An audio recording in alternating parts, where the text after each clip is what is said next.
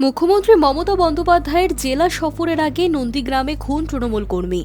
রবিবার রাতে নন্দীগ্রামের কালীচরণপুর গ্রাম পঞ্চায়েত এলাকায় ওই তৃণমূল কর্মীকে ধারালো অস্ত্র দিয়ে কুপিয়ে খুন করা হয়। মঙ্গলবার পূর্ব মেদিনীপুর সফরে আসতে পারেন মুখ্যমন্ত্রী। তার আগে শাসক দলের কর্মী খুনের ঘটনায় স্বাভাবিকভাবেই চাপা উত্তেজনা তৈরি হয়েছে। স্থানীয় ও পুলিশ সূত্রে জানা গিয়েছে, রবিবার রাতে কালীচরণপুর গ্রাম পঞ্চায়েতের ৭ নম্বর জলপাই এলাকায় তৃণমূলের নেতা কর্মীদের উপর হামলা চালায় একদল দুষ্কৃতী। অভিযোগ, স্থানীয় বুথ সভাপতি গুরুপদ মণ্ডল এবং তৃণমূল কর্মী বিষ্ণুপদ মণ্ডলকে ধারালো অস্ত্র দিয়ে কোপানো হয়।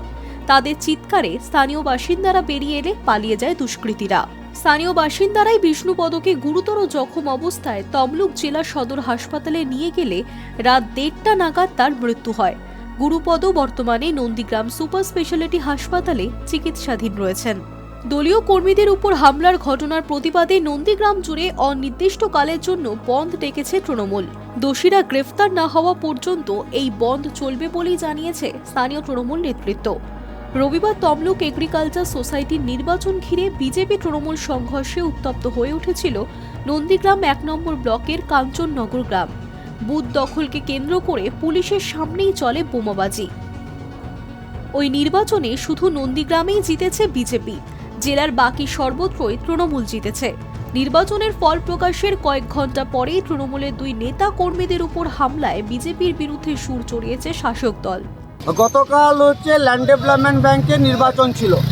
সেই নির্বাচনে মানুষ গণতান্ত্রিকভাবে এবং শৃঙ্খলা মেনে ভোট দিচ্ছিলেন, কিন্তু আমরা দেখতে পেলাম সেই নির্বাচন ক্ষেত্রে দিব্যেন্দু অধিকারীর প্রবেশ এবং বিজেপি ছোড়া বোম্বিংয়ে পুরো এলাকা কেঁপে যাওয়া, এই দুটো মিলে যাওয়ার ফলে খেজুরি এবং কাঁথি থেকে প্রচুর পরিমাণ বহিরাগত হারমাদ এবং জল্লাদদের নিয়ে এসে গতকাল সারা রাত নন্দীগ্রামের বিভিন্ন অঞ্চলে, বিভিন্ন পাড়ায়, বিভিন্ন বুথে তারা অত্যাচার করেছে এবং তারা নিষ্পেষণ করেছে।